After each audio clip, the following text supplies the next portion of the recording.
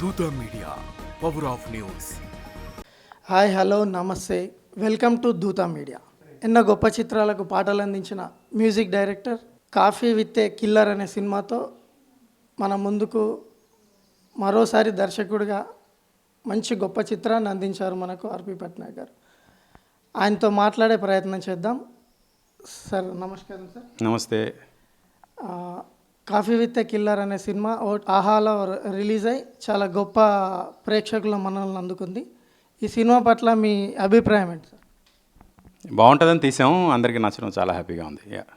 Sir, అయితే మీ review మీటింగ్లో ఈ సినిమా పైన ఇట్లా మాట్లాడుతున్న సందర్భంలో ఇది మలయాళ సినిమా అయి ఉంటే చాలా గొప్పగా రివ్యూస్ ఇచ్చేవారు.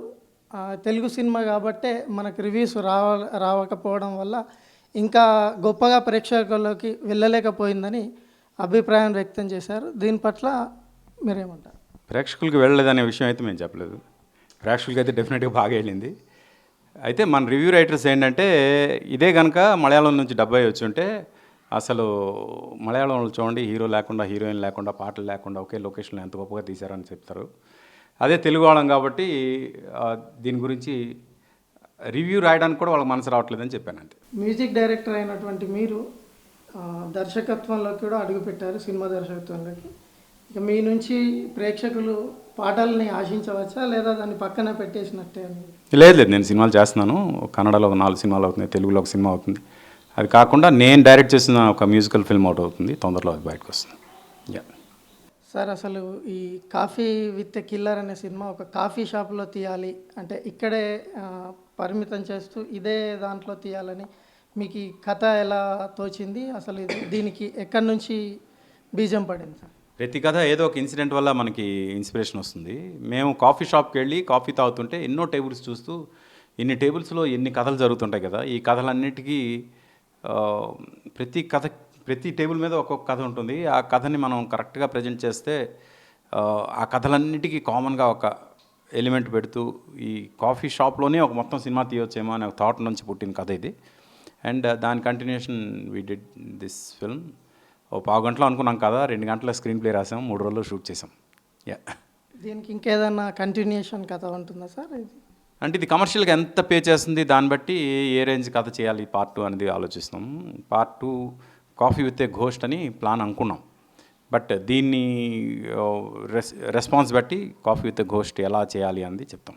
సార్, ఇప్పటివరకు అంటే ప్రేక్షకులకు కాకుండా ఆహా ఓటీటీలో మాత్రం రిలీజ్ చేశారు.